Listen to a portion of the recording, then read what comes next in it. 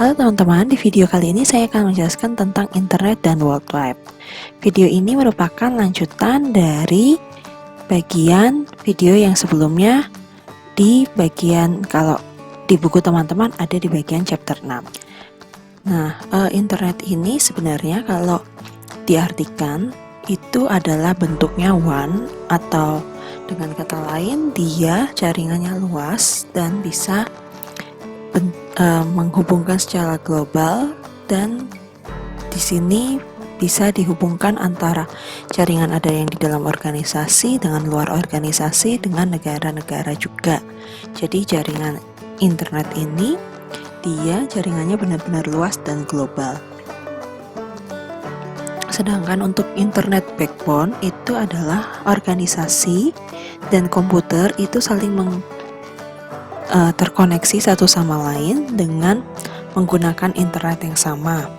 Lalu kemudian dari internet ini itu bisa digunakan untuk mengirimkan data dan bentuknya adalah fiber optik. Jadi dengan kata lain, di sini internet backbone adalah kerangka internet yang digunakan oleh organisasi dan komputer untuk saling terhubung untuk mengirimkan data.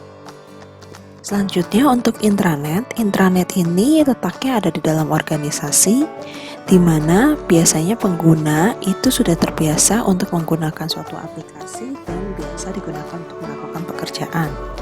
Lalu intranet ini bisa digunakan untuk pencarian, komunikasi, dan kolaborasi. Jadi jaringan tersebut hanya untuk ada di dalam perusahaan itu saja. Dengan kata lain, intranet hanya benar-benar di dalam perusahaan.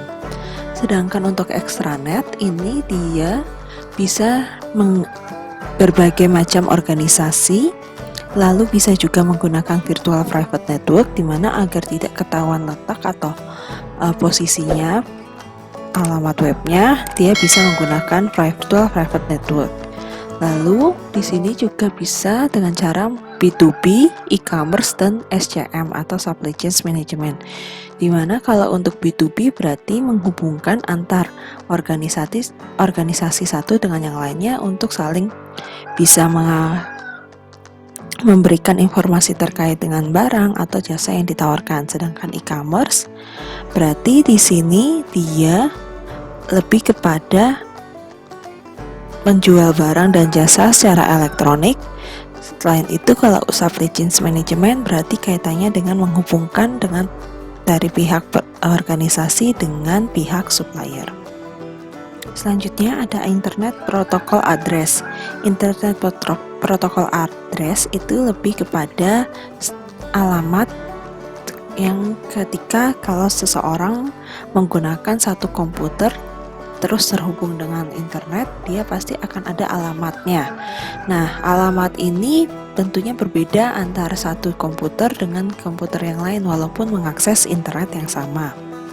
Lalu, IP address ini biasanya unik dan tidak bisa dimiliki dari satu komputer dengan komputer yang lain itu sama.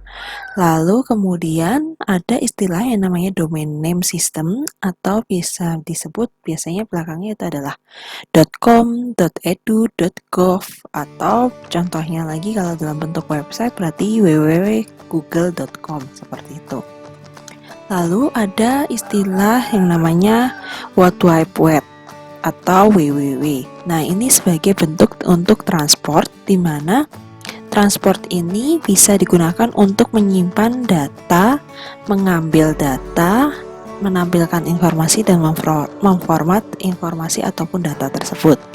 Jadi, dengan kata lain, ketika kita mau mengambil informasi atau mengambil apapun berita gitu ya, nah di lewat internet kita harus menghubungkan atau menggunakan transportasinya, yaitu mengetikkan www bla bla bla. Nah, disinilah dia bisa digunakan untuk menampilkan informasi yang tidak hanya dalam bentuk tulisan, tetapi bisa bentuknya grafik, digital maupun suara. Seperti untuk membuka suara atau video itu bisa menggunakan www.youtube.com. Selanjutnya ada aplikasi yang digunakan untuk pencarian atau search engine.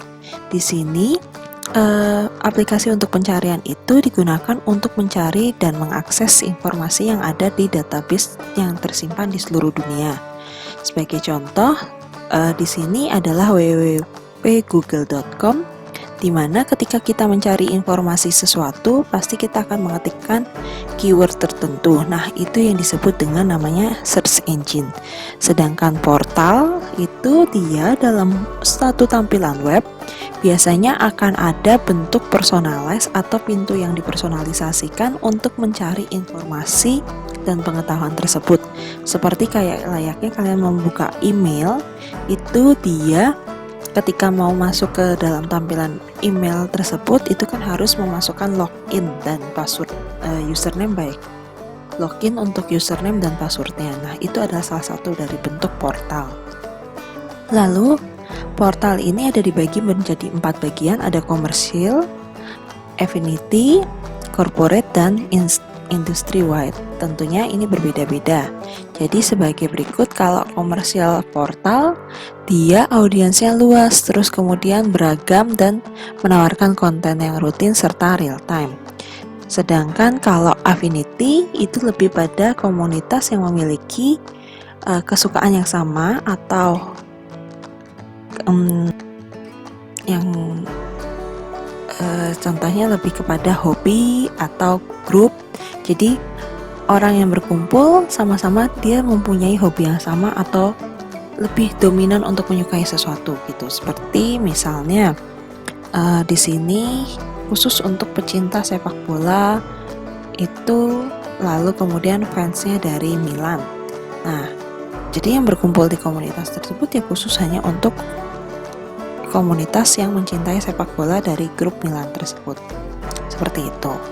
Lalu untuk corporate atau dengan kata lain hanya untuk perusahaan, di mana informasi ini dimiliki oleh perusahaan dan bisa diakses oleh lewat pelanggan atau karyawannya. Jadi sebagai berikut, kalau misalnya teman-teman membuka seperti internet banking gitu ya. Nah, internet banking ini kalian punya alamat webnya, terus kemudian memasukkan username dan passwordnya untuk layanan mandiri dari nasabah tersebut. Jadi dengan kata lain, ini menghubungkan antara pihak nasabah dengan pihak perusahaan yang memiliki alamat internet banking tersebut. Nah, sama halnya dengan karyawan, jika dia mengetahui alamat web yang dimiliki oleh perusahaan tersebut, terus kemudian diakses di tempat yang lain, dia juga sama-sama bisa mendapatkan informasi yang ada di web tersebut, seperti itu. Lalu untuk industry wide, ini lebih kepada ranahnya dunia industri. Selanjutnya, untuk aplikasi yang digunakan untuk berkomunikasi, itu macam-macam, bisa email. Terus kalau misalnya dia digunakan untuk komunikasi lewat suara atau VoIP, itu bisa dalam bentuk Skype, seperti itu. Atau chat room, dan lain-lain. Nah, selanjutnya untuk berkolaborasi, ini dimana kolaborasi ini digunakan untuk menyelesaikan pekerjaan tertentu atau misi tertentu. Tentunya di sini salah satu aplikasi yang bisa digunakan untuk saling bekerja bersama-sama adalah seperti Microsoft SharePoint. Jadi mau bekerja dimanapun itu bisa saling berkolaborasi. Sama halnya kayak Google Docs, itu juga bisa berkolaborasi. Tetapi kalau Google Docs itu kan harus ada alamat link tertentu yang mengizinkan bahwa alamat email ini bisa saling berkolaborasi dan bisa saling berkomentar dan memberi pendapat, seperti itu. Selanjutnya ada kaitannya dengan edukasi. Nah, seperti yang sudah disampaikan waktu di pertemuan kemarin, minggu lalu, di tanggal yaitu tanggal 2 Oktober, di sini dikatakan bahwa untuk edukasi ini itu salah satu bentuknya adalah untuk e-learning. E-learning ini memungkinkan orang untuk belajar bersama, terus jaraknya bisa berjauh-jauhan, terus bisa berhubungkan antara pihak murid atau siswa dengan pihak gurunya. Nah, terus kemudian ada juga di sini bentuknya e-learning itu dalam bentuk Moodle, atau dia seperti yang situs kuliah yang kalian pakai saat ini. Jadi dengan kata lain, e-learning itu adalah pembelajaran jarak jauh yang memungkinkan semua orang bisa sama-sama mengambil tempat untuk kelas tersebut. Terus kemudian kalau distance learning ini lebih kepada dia face to face seperti itu. Oke, sekian topik untuk chapter 6. Untuk video selanjutnya silahkan update informasi yang ada di channel YouTube ini. Terima kasih. Antara guru dengan muridnya itu tidak bertemu secara